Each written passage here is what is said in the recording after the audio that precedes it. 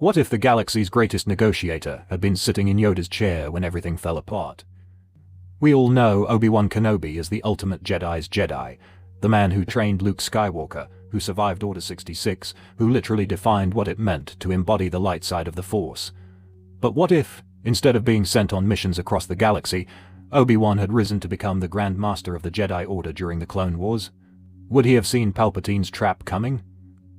Could he have saved Anakin? Would the Republic have survived? Stick around because we're about to rewrite galactic history, and trust me, you won't believe how different things could have been. Let's set the stage here.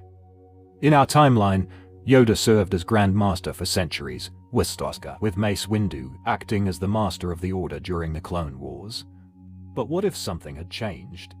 Maybe Yoda recognized earlier that the Jedi had become too complacent, too rigid. Maybe he saw in Obi-Wan something the Order desperately needed, a leader who understood both tradition and adaptation. Now here's the thing about Obi-Wan that makes this scenario so compelling. According to supplementary material and the novels, Obi-Wan was one of the finest duelists in the Order, mastering Soresu to absolute perfection. But more importantly, he was known for his wisdom, his compassion, and his ability to see multiple perspectives. The man literally earned the nickname the Negotiator during the Clone Wars. He could talk his way out of situations that would have required 3 battalions to fight through. Let's say this transition happens right around the time of Attack of the Clones, when the Clone Wars are just beginning. Yoda, sensing the coming darkness and recognizing his own limitations in dealing with the political landscape, makes an unprecedented move. He steps back from active leadership and elevates Obi-Wan to Grand Master, believing that a younger, more politically savvy Jedi might navigate the treacherous waters ahead more effectively. The council chamber would have been shocked. Mace Windu would have objections. He's next in line by tradition, but if Yoda insists, citing the will of the Force, the decision stands. Obi-Wan Kenobi, at around 40 years old, becomes the youngest Grand Master in recorded Jedi history. This is where things get really interesting, because the single biggest advantage Obi-Wan has as Grand Master is his relationship with Anakin Skywalker. In the original timeline, Obi-Wan and Anakin were constantly separated by the demands of the war. They'd fight together, sure, but then they'd be deployed to opposite ends of the galaxy. The Council, especially Mace and Yoda, kept Anakin at arm's length. They sensed his darkness, his attachments, but they didn't know how to handle it. Their solution was basically to distrust him while simultaneously giving him more responsibility, not exactly a winning strategy. Grand Master Obi-Wan changes everything about this dynamic. First off, he would have fought tooth and nail to keep Anakin closer to Coruscant. As Grand Master, he could assign missions strategically, ensuring that Anakin wasn't constantly thrown into meat grinders across the Outer Rim. More importantly, Obi-Wan would have had the authority to address Anakin's concerns directly in council meetings. Think about that scene in Revenge of the Sith, where Anakin complains about not being made a master. In our timeline, the council dismisses his feelings. Grand Master Obi-Wan? He would have understood the slight immediately, and either advocated for Anakin's promotion or, at minimum, explained the reasoning in a way that didn't make Anakin feel betrayed. Remember, Obi-Wan knew about Anakin and Padme. The novels confirm this. He suspected it strongly and chose to look the other way, because he understood that attachments while against the Code weren't inherently evil. Here's the crucial part. Obi-Wan would have created space for Anakin to be human. He might not have changed the Code overnight, but he could have started steering the Order toward acknowledging that their dogmatic approach to emotion was pushing good Jedi away. Some fans on Reddit have pointed out that the Jedi's absolute prohibition on attachment was a post-Rusan Reformation thing anyway. It wasn't always that strict. Obi-Wan, as Grand Master, could have begun easing those restrictions, at least in practice, if not in official doctrine.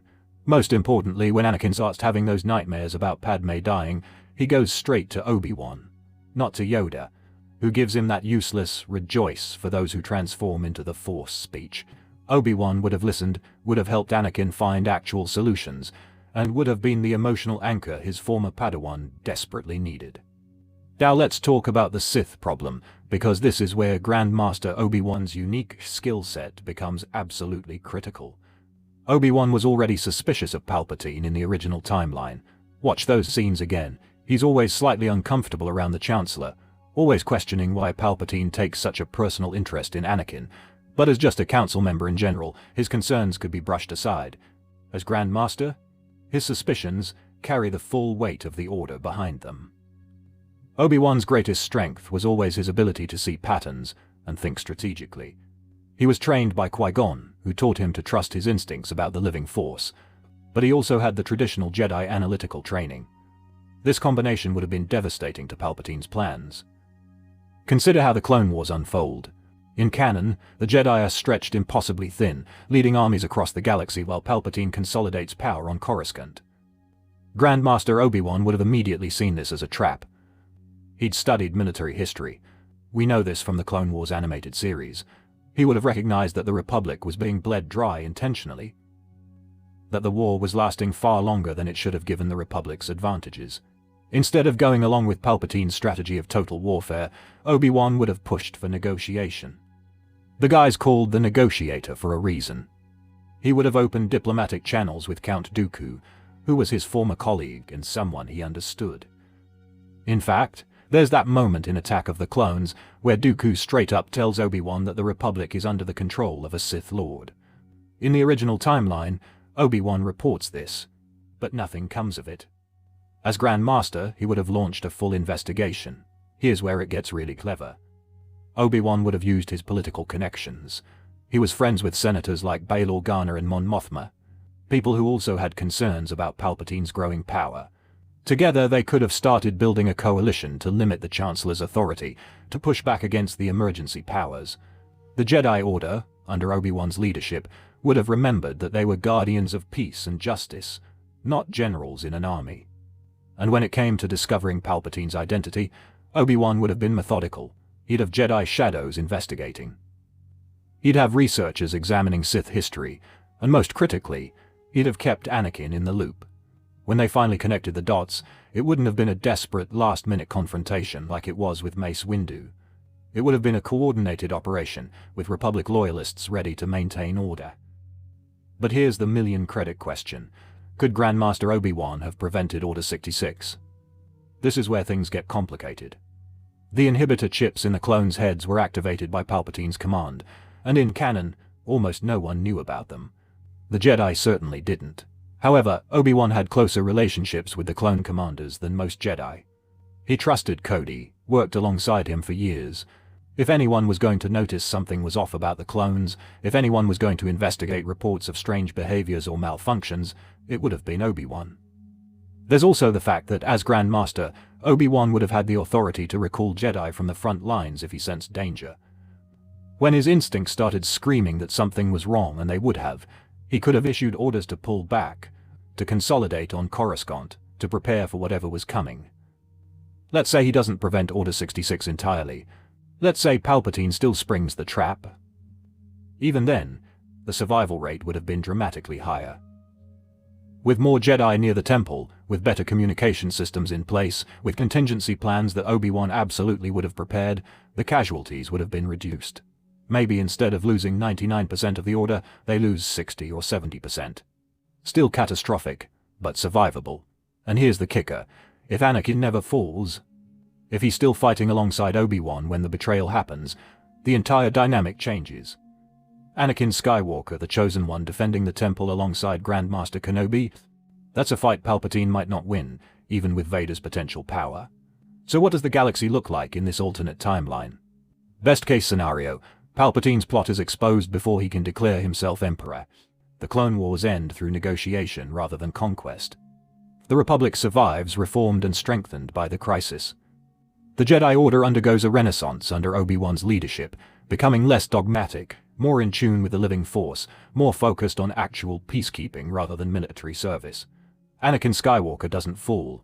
He remains a Jedi, possibly even joining the Council as a master, serving alongside his former teacher and brother. His children are born and raised in a time of peace. Maybe even trained as Jedi themselves, though in a reformed order that doesn't require separation from family. The galaxy doesn't suffer through 2 decades of imperial tyranny. Billions of lives are saved. Alderaan isn't destroyed, the Death Star is never built. The galaxy doesn't need a rebellion because it never loses its freedom in the first place. But even in a more moderate scenario, where some catastrophe still occurs, where Palpatine still manages to seize power or escape justice, having Obi-Wan as Grand Master means the Jedi are better prepared. More survive. They're more organized.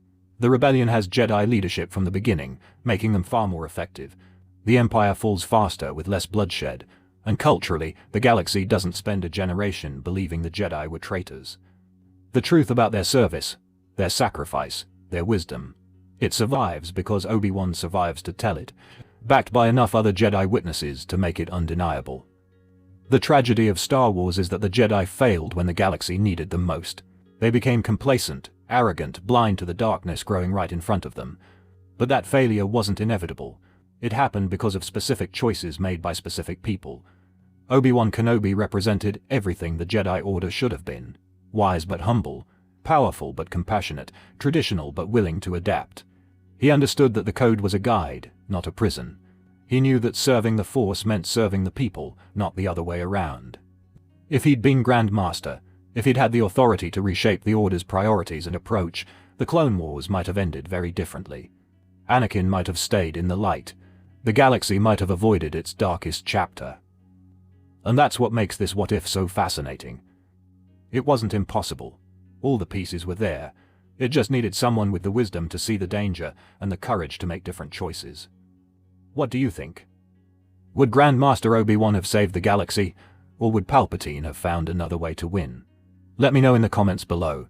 If you enjoyed this, hit that like button and subscribe for more Star Wars what-ifs and deep analysis. May the Force be with you, and I'll see you in the next one.